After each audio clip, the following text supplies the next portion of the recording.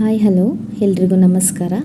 ಇವತ್ತಿನ ವಿಷಯ ಏನಪ್ಪ ಅಂತ ಹೇಳಿದರೆ, ಹಣ ಇಲ್ಲದಿದ್ದರೆ ಸಂಬಂಧವೂ ಬದಲಾಗುತ್ತಾ, ಈ ವಿಚಾರದ ಬಗ್ಗೆ ಸ್ವಲ್ಪ ಮಾತಾಡೋಣ.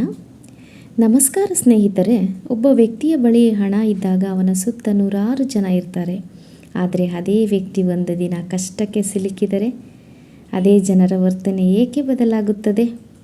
ಹಣ ಇಲ್ಲದಿದ್ದರೆ ಪ್ರೀತಿ ಕಡಿಮೆಯಾಗುತ್ತದೆಯೇ? ಗೌರವ ಕಡಿಮೆಯಾಗುತ್ತದೆಯೇ? ಅಥವಾ ಸಂಬಂಧಗಳ ನಿಜವಾದ ಮುಖ ಆಗ ಗೊತ್ತಾಗುತ್ತದೆಯೇ?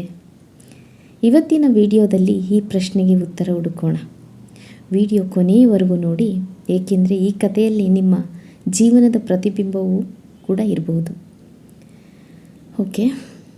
ಒಬ್ಬ ಯುವಕನಿದ್ದ. ಒಳ್ಳೆಯ ಕೆಲಸ, ಒಳ್ಳೆಯ ಸಂಬಳ, ಕೈಯಲ್ಲಿ ಹಣ.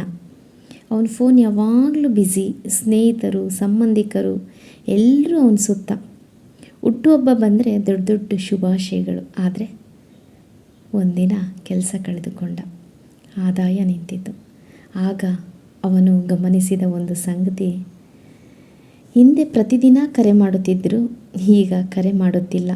ಹೇಗಿದ್ದೀಯಾ ಎಂದು ಕೇಳುತ್ತಿದ್ದರೂ ಕೂಡ ಕಾಣೆಯಾಗಿದ್ದರು. ಅವನಿಗೆ ಅರ್ಥ ಆಯಿತು, ಕೆಲವರು ನನ್ನನ್ನು ಪ್ರೀತಿಸಿದ್ದು ನನ್ನ ವ್ಯಕ್ತಿತ್ವಕ್ಕಾಗಿ ಅಲ್ಲ, ನನ್ನ ಪರಿಸ್ಥಿತಿಗಾಗಿ.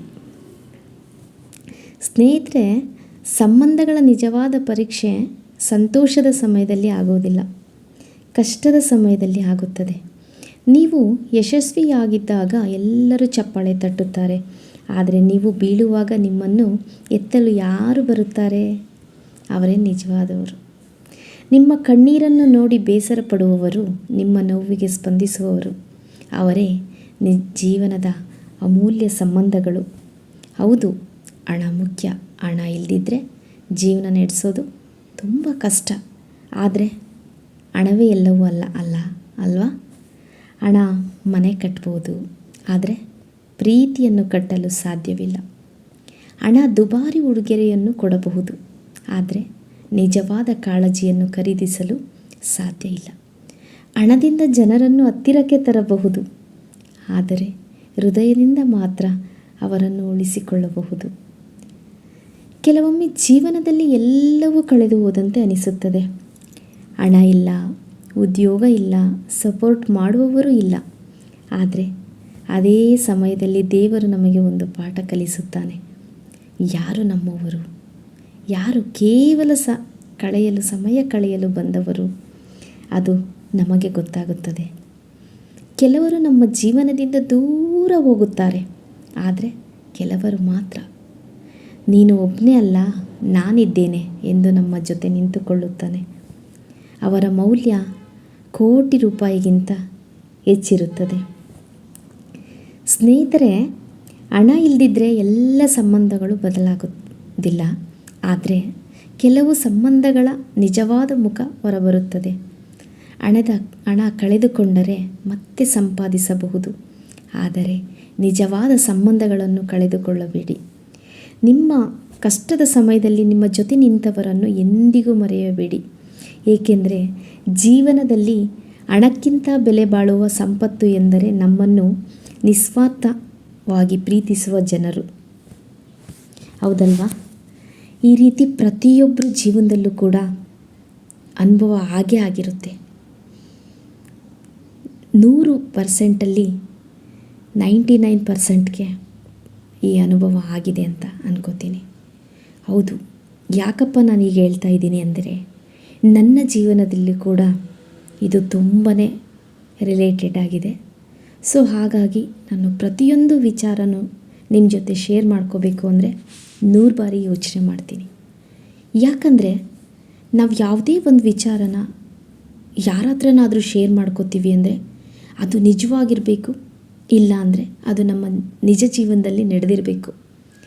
ಆಗ ಮಾತ್ರ ಎಲ್ಲರಿಗೂ ಮನಸ್ಸಿಗೆ ಗೊತ್ತಾಗುತ್ತೆ, ಅದರಲ್ಲಿ ನಿಜಾಂಶ ಇರುತ್ತೆ, ಅದನ್ನು ಅವರು ಕೂಡ ಅರ್ಥ ಮಾಡ್ಕೊಳೋಕ್ಕೆ ಸಾಧ್ಯ ಆಗುತ್ತೆ ಅಲ್ವಾ? ಹಾಗಾಗಿ ನಾನು ಪ್ರತಿಯೊಂದನ್ನು ಸಹ ಏನೇ ಒಂದು ವಿಚಾರ ಹೇಳ್ತಾ ಇದ್ದೀನಿ ಅಂದರೆ ಅದರಲ್ಲಿ 99% ನಿಜ ಇರುತ್ತೆ, ಇನ್ನೂ 1% ಏನೋ ಸುಳ್ಳಾಗಿರ್ಬೋದು ಕೆಲವೊಬ್ಬರ ವಿಚಾರದಲ್ಲಿ. ಹೌದು, ನಾನು ಕೂಡ ನನ್ನ ಲೈಫಲ್ಲಿ ಸುಮಾರು ಸತಿ ಇದೇ ರೀತಿ ಅನುಭವ ಆಗಿದೆ. ಅಂದರೆ ಕೆಲವೊಂದು ಸತಿ ನಮ್ಮನ್ನು ಅವಶ್ಯಕತೆಗೆ ತಕ್ಕಾಗಿ ಬಳಸ್ಕೊಂಡಿರೋರಿದ್ದಾರೆ. ಅಂದರೆ ಅವರ ಕೆಲಸ ಆಗಬೇಕು ಅಂತ ಹೇಳಿದರೆ ನಮ್ಮನ್ನು ಪ್ರೀತಿಯಿಂದ ಮಾತಾಡ್ಸೋದಾಗಿರ್ಬೋದು, ಪ್ರೀತಿಯಿಂದ ಕರೆಯೋದಾಗಿರ್ಬೋದು, ಪ್ರೀತಿಯಿಂದ ಒಂದು ಏನೇ ತಂದ್ರೂ ಹಂಚ್ಕೊಂಡು ತಿನ್ನೋ ಅಂಥರಾಗಿರ್ಬೋದು. ಚೆನ್ನಾಗೇ ಇರ್ತಾರೆ, ಚೆನ್ನಾಗೇ ಇದ್ರೂ ಕೂಡ. ಆದರೆ ಅವರ ಅವಶ್ಯಕತೆ ಮುಗೀತು ಅಂದಾಗ, ಅಂದರೆ ಅವರಿಗೆ ನಮ್ಮಿಂದ ಏನಾದರೂ ಲಾಭ ಬೇಕು. ಇತ್ತೀಚಿನ ದಿನ ಏನಾಗಿದೆ ಅಂದರೆ ಲಾಭನೇ ಇಲ್ಲದೇ ಯಾರೂ ಮಾತಾಡ್ಸಲ್ಲ. ಇಂದೊಂದಿತ್ತು ಕಾಲ ಏನಂದರೆ ಹಣಕ್ಕೆ ಜಾಸ್ತಿ ಇಂಪಾರ್ಟೆನ್ಸ್ ಕೊಡ್ತಾ ಇರಲಿಲ್ಲ.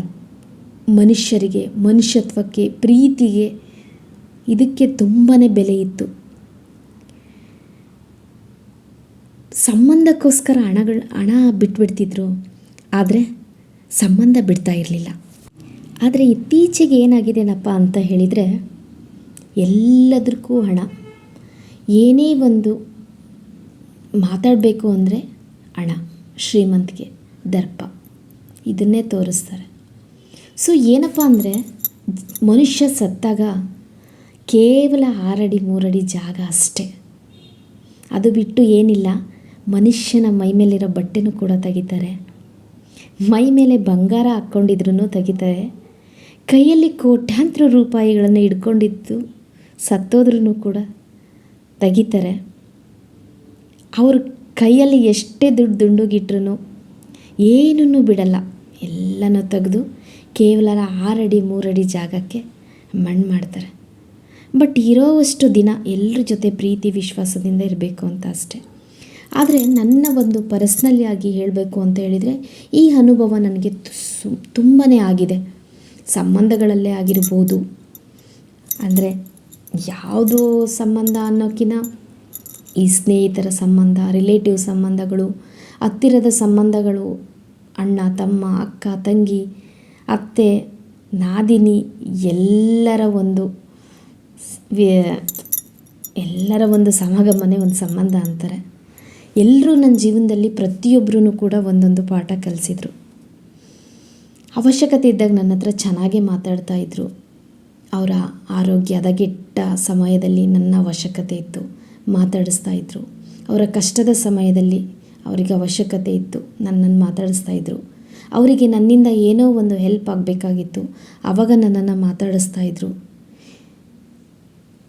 ಅವರ ಒಂದು ಕುಟುಂಬದಲ್ಲಿ ನನ್ನ ಒಂದು ಅವಶ್ಯಕತೆ, ನನ್ನ ಪಾತ್ರ ತುಂಬಾ ಇತ್ತು. ಆವಾಗ ನನಗೆ ತುಂಬಾ ಪ್ರೀತಿ ಕೊಡ್ತಾಯಿದ್ರು, ಬೆಲೆ ಕೊಡ್ತಾಯಿದ್ರು. ಆದರೆ ದಿನ ಕಳೆದಂತೆ ಅವ್ರೂ ಕೂಡ ಇಂಡಿಪೆಂಡೆಂಟ್ ಆಗೋಕ್ಕೆ ಇವಾಗ ಕಾಲ ಹೀಗೆ ಇರಲ್ಲ. ಚಿಕ್ಕವರಿದ್ದರೂ ಚಿಕ್ಕದಾಗೆ ಇರಲ್ಲ, ದೊಡ್ಡವರಿದ್ದರೂ ದೊಡ್ಡದಾಗಿರಲ್ಲ ಅಲ್ವಾ. ಚಿಕ್ಕವರಿದ್ದರೂ ದೊಡ್ಡವರು ಹಾಗೆ ಆಗ್ತಾರೆ. ಆವಾಗ ಅವರು ಇಂಡಿಪೆಂಡೆಂಟಾಗಿ ಲೈಫ್ ಸ್ಟಾರ್ಟ್ ಮಾಡ್ತಾರೆ. ಬಟ್ ಅದೇ ಚಿಕ್ಕವರಿದ್ದಾಗ ನಮ್ಮ ಜೊತೆ ಯಾರಿದ್ರು, ನಮ್ಮ ಕೇರಿಂಗ್ ಆಗಿರ್ಬೋದು, ನಮ್ಮ ಪ್ರೀತಿ ಆಗಿರ್ಬೋದು, ನಮ್ಮ ಸೇಫ್ಟಿ ಆಗಿರ್ಬೋದು, ನಮ್ಮನ್ನು ಪ್ರತಿಯೊಂದು ಹೆಜ್ಜೆಯಲ್ಲೂ ನಮಗೆ ಜೊತೆಯಾಗಿದ್ದವರು ಯಾರಿದ್ರು ಅನ್ನೋದನ್ನು ಕೆಲವರು ಮರ್ತು ಬಿಡ್ತಾರೆ ಅಲ್ವಾ. ಸೊ ದೊಡ್ಡವರಾದರು, ವರ್ಕ್ಗೆ ಹೋದರು, ಸಂಬಳ ತಗೋತಾ ಇದ್ದಾರೆ, ಶ್ರೀಮಂತಿಕೆ ಬಂತು, ಕಷ್ಟದ ದಿನಗಳೆಲ್ಲ ಮರ್ತೋದು ಅಲ್ವಾ. ಆವಾಗ ಅವರು ಇಂಡಿಪೆಂಡೆಂಟಾಗಿ ಆಗ್ತಾರೆ. ಆದರೆ ಯಾವತ್ತೂ ಮನುಷ್ಯ ಒಂದು ಹಣ್ಣು ಹರಿಯೋದಕ್ಕೆ ಏಣಿ ಹಾಕಿದಾಗ ಏಣಿ ಹಿಡ್ಕೊಂಡಿರ್ತಾರಲ್ವ ಸಪೋರ್ಟಿವ್ ಆಗಿ, ಅವರನ್ನು ಯಾವತ್ತೂ ಮರಿಬಾರ್ದು. ಯಾಕೆ ಗೊತ್ತಾ, ಈ ಹಣ್ಣು ಸಿಕ್ಕ ತಕ್ಷಣ ಮರದಲ್ಲಿ ಹಣ್ಣು ಹರಿಯೋಕ್ಕೆ ಹೋಗ್ಬೇಕಾದ್ರೆ ಏಣಿ ಇಟ್ಕೊಳಕ್ಕೆ ಸಪೋರ್ಟಿವ್ ಆಗಿರ್ತಾರೆ. ಏಣಿ ಇಟ್ಕೊಂಡರು ಹಣ್ಣು ಹಿಡ್ಕೊಂಡ ತಕ್ಷಣ ಸೊ ನನಗೆ ಹಣ್ಣು ಸಿಕ್ಬಿಡ್ತು, ನಿನ್ನ ಅವಶ್ಯಕತೆ ನನಗಿಲ್ಲ ಅಂತ ಅಂದಾಗ ಸೊ ಅವರು ಅಲ್ಲಿಂದ ಕೈ ಬಿಟ್ಬಿಡ್ತಾರೆ. ಯಾಕೆಂದರೆ ಅವರಿಗೆ ಅವರ ಅವಶ್ಯಕತೆ ಇಲ್ಲ ಅಂತ ಅವರಿಂದನೇ ಕೇಳಿದಾಗ ಅಲ್ವಾ. ಸೊ ಅವರು ಏಣಿ ಬಿಟ್ಟರೆ ಏನಾಗುತ್ತೆ, ಬಿದ್ದೋಗುತ್ತೆ. ಸೊ ಏಣಿ ಅಷ್ಟೇ ಅಲ್ಲ, ನೀವೂ ಕೂಡ ಮೇಲೆ ಹೋಗಿರ್ಬೋದು, ಹಣ್ಣು ಕೂಡ ಸಿಕ್ಕಿರ್ಬೋದು ತಿನ್ನೋಕ್ಕೆ, ಬಟ್ ಕೆಳಗೆ ಇಳಿಲೇಬೇಕಲ್ವಾ. ಕೆಳಗೆ ಬಂದು ಕುತ್ಕೊಂಡು ತಿನ್ನಲೇಬೇಕು. ಮರ ಹತ್ತಿದರೆ ಕೆಳಗೆ ಇಳಿಲೇಬೇಕಲ್ವಾ. ಹಾಗೆ ಜೀವನ. ಈ ಥರ ವಿಚಾರಗಳು ನನಗೆ ಕೆಲವೊಬ್ಬರಿಂದ ತುಂಬಾ ಬೇಜಾರಾಗಿದೆ. ಯಾಕೆಂದರೆ ಬೇಜಾರು ಆಗಿದೆ ಅನ್ನೋಕ್ಕಿಂತ ನನಗೆ ಅಷ್ಟು ನಾನು ಅವ್ರ ಲೈಫಲ್ಲಿ ಇಂಪಾರ್ಟೆಂಟ್ ಆಗಿದ್ದೆ. ಆದರೆ ದಿನ ಕಳೆದಂತೆ ಯಾರೋ ಒಂದು ಅನಾವಶ್ಯಕತೆ ಮಾತಿಂದ ತುಂಬಾ ದೂರ ಆಗಿದ್ದಾರೆ ಈ ಕ್ಷಣದಲ್ಲಿ. ಆದರೆ ಅವ್ರ ಜೊತೆ ಕಳೆದಂತಹ ನೆನಪು ತುಂಬಾ ನನ್ನನ್ನು ಕಾಡ್ತಾ ಇದೆ. ತುಂಬ ಅಂದರೆ ತುಂಬ. ಸೊ ತುಂಬ ಕಾಡ್ತಾ ಇದೆ. ಆದರೆ ಈ ಕ್ಷಣದಲ್ಲಿ ಅವ್ರಿಗೆ ಏನು ಅನ್ನಿಸ್ತಿದೆನೋ ಗೊತ್ತಿಲ್ಲ. ಯಾಕಂದರೆ ಈಗ ಒಬ್ಬ ಮನುಷ್ಯನ ಹತ್ರ ದುಡ್ಡಿರೋಂತಹ ವ್ಯಕ್ತಿ 100 ಸುಳ್ಳು ಹೇಳಿದ್ರೂ ಕೂಡ ಪಕ್ಕಕ್ಕಿರೋ ವ್ಯಕ್ತಿಗಳು ನಂಬ್ತಾರೆ. ಯಾಕೆ ಅಂದರೆ ಅವನ ಹತ್ರ ಹಣ ಇದೆ, ಶ್ರೀಮಂತಿಕೆ ಇದೆ, ಅವನು ಹೇಳ್ತಾ ಇರೋದೆಲ್ಲ ಸತ್ಯ ಅಂತ. ಅದೇ ಸ್ವಲ್ಪ ಹಣ ಕಮ್ಮಿ ಇರೋಂತಹ ವ್ಯಕ್ತಿ ಹೋಗಿ ನಿಜನೇ ಹೇಳಿದ್ರೂ ಕೂಡ ಅದನ್ನು ಯಾರೂ ನಂಬಲ್ಲ ಅಲ್ವಾ? ಹಾಗಾಗಿದೆ. ಈಗ ಸಮಯ ಕೂಡ ಹಾಗೇ ಆಗಿದೆ. ಕೆಲವೊಬ್ಬರು ನನ್ನ ಲೈಫಲ್ಲಿ ನನ್ನ ವಿಚಾರವಾಗಿ ತುಂಬಾ ಸುಳ್ಳು ಹೇಳಿಬಿಟ್ಟು ಒಂದು ಆ ಸಂಬಂಧನ ಅವರು ಗಿಟ್ಟಿಸ್ಕೊಳೋಕ್ಕೋಸ್ಕರ ನನ್ನ ವಿರುದ್ಧವಾಗಿ ಅವ್ರ ಹತ್ರ ಹೇಳಿ ಅವರು ನಂಬಿದ್ದಾರೆ. ಬಟ್ ಆ ಮಾತಿಂದ ನನಗೆ ತುಂಬಾ ಹರ್ಟ್ ಆಗಿದೆ. It's okay. ಹಾಗಾಗಿ ನನ್ನ ಪರ್ಸ್ನಲ್ ಎಕ್ಸ್ಪೀರಿಯೆನ್ಸಿಂದ ಹೇಳ್ತಿರೋದು. ಯಾವತ್ತೂ ಕೂಡ ಎಲ್ಲದನ್ನು ಒಂದೇ ತಟ್ಟೆಯಲ್ಲಿಟ್ಟು ತೂಗಬೇಡಿ. ಸತ್ಯ ಯಾವುದು, ಸುಳ್ಳು ಯಾವುದು ಅಂತ ಒಂದೇ ಒಂದು ಸಾರಿ ಆಲೋಚಿಸ್ರಿ, ತಿಳ್ಕೊಳ್ಳೋದಕ್ಕೆ ಪ್ರಯತ್ನ ಪಡಿ. ದುಡ್ಡಿಂದನೇ ಎಲ್ಲ ಸಂಬಂಧಗಳನ್ನು ಅಳಿಬೇಡಿ. ಒಂದು ಟೈಮಲ್ಲಿ ದುಡ್ಡು ಎಲ್ಲನೂ ಆಗಲ್ಲ. ದುಡ್ಡನ್ನು ಮೀರಿ ಏನಾದರೂ ಇದೆ ಅಂತ ಹೇಳಿದರೆ ಒಂದು ಅದ್ಭುತವಾದ ಸಂಬಂಧ ಅಂತಲೇ ಹೇಳ್ಬೋದು. ಒಂದು ಒಳ್ಳೆ ಸಂಬಂಧ ಸಿಗಬೇಕು ಅಂದರೆ ತುಂಬಾ ಕಷ್ಟ ಇದೆ.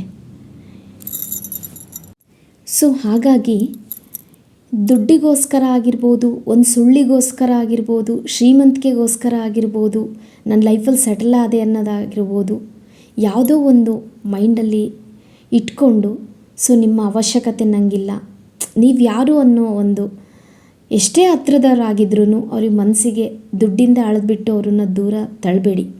ಸತ್ಯನ ತಿಳ್ಕೊಳೋಕ್ಕೆ ಪ್ರಯತ್ನ ಪಡಿ ಅಂತ ಹೇಳ್ತೀನಿ ಅಷ್ಟೆ. ಇದು ನನ್ನ ಲೈಫಲ್ಲಿ ಅಂತಲ್ಲ, ಸುಮಾರಷ್ಟು ಜನರ ಲೈಫಲ್ಲಿ ನಡೆದಿರುತ್ತೆ. ಕೆಲವೊಬ್ಬರು ಹೇಳ್ಕೊತಾರೆ, ಕೆಲವೊಬ್ಬರು ಹೇಳ್ಕೊಳಲ್ಲ. ಬಟ್ ನಾನು ಹೇಳ್ಕೊತಾ ಇದ್ದೀನಿ ಅಷ್ಟೇ. ಸತ್ಯ ಏನಾದರೂ ಒಂದಿನ ಗೊತ್ತಾಯಿತು ಅಂದರೆ ನಮಗೆ ಇವಾಗ ಹರ್ಟ್ ಆಗಿರ್ಬೋದು. ಅದರಿಂದ ನಾನು ಸತ್ಯ ತಿಳ್ಕೊಂಡಲೇ ಇಷ್ಟು ದಿನ ಬೇಜಾರು ಮಾಡಿದೆ ಅಂತ ನಿಮಗೆ ಹರ್ಟ್ ಆಗುತ್ತೆ. ಆದರೂ ಹೇಳೋದಿಷ್ಟೇ, ಒಬ್ಬ ವ್ಯಕ್ತಿನೇ ಇನ್ನೊಬ್ಬರ ಬಗ್ಗೆ ಏನಾದರೂ ಹೇಳ್ತಾ ಇದ್ದಾನೆ ಅಂತ ಹೇಳಿದರೆ ಫಸ್ಟು ಯೋಚನೆ ಮಾಡಿ, ತಪ್ಪೋ ಸರಿನಾ ಅಂತ ಯೋಚನೆ ಮಾಡಿಬಿಟ್ಟು ಸತ್ಯನ ತಿಳ್ಕೊಳಕ್ಕೆ ಪ್ರಯತ್ನ ಪಡಿ. ಕಾಲ ಹೀಗೆ ಇರಲ್ಲ, ಗೊತ್ತಾಗೇ ಆಗುತ್ತೆ. ನನ್ನ ಬೆಲೆ ಎಲ್ರಿಗೂ ಗೊತ್ತಾಗೇ ಆಗುತ್ತೆ. ಹಾಗಾಗಿ ನಾನು ಇಷ್ಟು ಹೇಳ್ತೀನಿ ಅಷ್ಟೇ. ಈ ಒಂದು ಹಣ ಅಂತ ಬಂದಾಗ, ಸಂಬಂಧ ದೂರ ಆಗುತ್ತೆ ಅಂದಾಗ ಈ ವಿಚಾರ ಬಂತು. ಹಾಗಾಗಿ ಶೇರ್ ಮಾಡಿದೆ. ನಾ ಹೇಳೋದಿಷ್ಟೇ, ಯಾವುದಕ್ಕೋಸ್ಕರನೋ ಹಣಕ್ಕೋಸ್ಕರನೋ ಅಮೂಲ್ಯವಾದ ಸಂಬಂಧನ ಕಳ್ಕೊಬೇಡಿ. ಓಕೆ. ಅದೇ ಹೇಳಿದ್ನಲ್ಲ, ಹಣ ಬಂದಾಗ ಸಂಬಂಧಕ್ಕೂ ಕೂಡ ಕೆಲವೊಂದು ಸತಿ ವ್ಯಾಲ್ಯೂ ಹೋಗಿಬಿಡುತ್ತೆ, ಇರಲ್ಲ. ಹಣಕ್ಕೋಸ್ಕರ ಎಲ್ಲ ಸಂಬಂಧ ಬಿಡೋದಕ್ಕೂ ಕೆಲವೊಬ್ಬರು ರೆಡಿಯಾಗಿರ್ತಾರೆ ಅಂತ. ಆಗಷ್ಟೇ ಎಲ್ಲನೂ ಹಣದಿಂದ ಅಳಿಬೇಡಿ. ಈ ವಿಡಿಯೋ ಒಂದು ಉದಾಹರಣೆ ಆಯಿತು. ಒಂದು ನನ್ನ ಪರ್ಸ್ನಲ್ ಎಕ್ಸ್ಪೀರಿಯನ್ಸ್ ಕೂಡ ಶೇರ್ ಮಾಡಿದ್ದೀನಿ. ಇನ್ನು ಕೆಲವೊಬ್ಬರು ಹೇಳ್ಕೊಳಕ್ಕಾಗದೇ ಇರೋಂತಹ ಒಂದು ಮನಸ್ಸಿನ ಮಾತುಗಳಿರ್ತವೆ. ಅವನ್ನು ಕೂಡ ನೆಕ್ಸ್ಟ್ ಒಂದು ವಿಡಿಯೋದಲ್ಲಿ ಆದಷ್ಟು ನನ್ನ ಲೈಫಲ್ಲಿ ಏನಾಗಿದೆ ಅನ್ನೋದಕ್ಕಿಂತ ಜೀವನ ಹೇಗೆ ನಡೀತಾ ಇದೆ, ಪ್ರಪಂಚ ಹೇಗೆ ನಡೀತಾ ಇದೆ ಅಂತ ಹೇಳಿ ಇನ್ನು ಮುಂದೆ ಬರುವ ವಿಡಿಯೋಗಳಲ್ಲಿ ಶೇರ್ ಮಾಡ್ಕೋತಾ ಇರ್ತೀನಿ. ದಯವಿಟ್ಟು ವಿಡಿಯೋ ನೋಡಿ. ಏನಾದರೂ ತಪ್ಪಾಗಿ ಹೇಳಿದರೆ ಕ್ಷಮೆ ಇರಲಿ. ವಿಡಿಯೋ ಏನಾದರೂ ಇಷ್ಟ ಆದರೆ ಚಾನಲ್ ಸಬ್ಸ್ಕ್ರೈಬ್ ಮಾಡ್ಕೊಳ್ಳಿ, ಲೈಕ್ ಮಾಡಿ, ಶೇರ್ ಮಾಡಿ, ಹಾಗೆ ಕಮೆಂಟ್ ಮಾಡಿ. ಮತ್ತೆ ಸಿಗ್ತೀನಿ ನೆಕ್ಸ್ಟ್ ವಿಡಿಯೋದಲ್ಲಿ. ಬಾಯ್.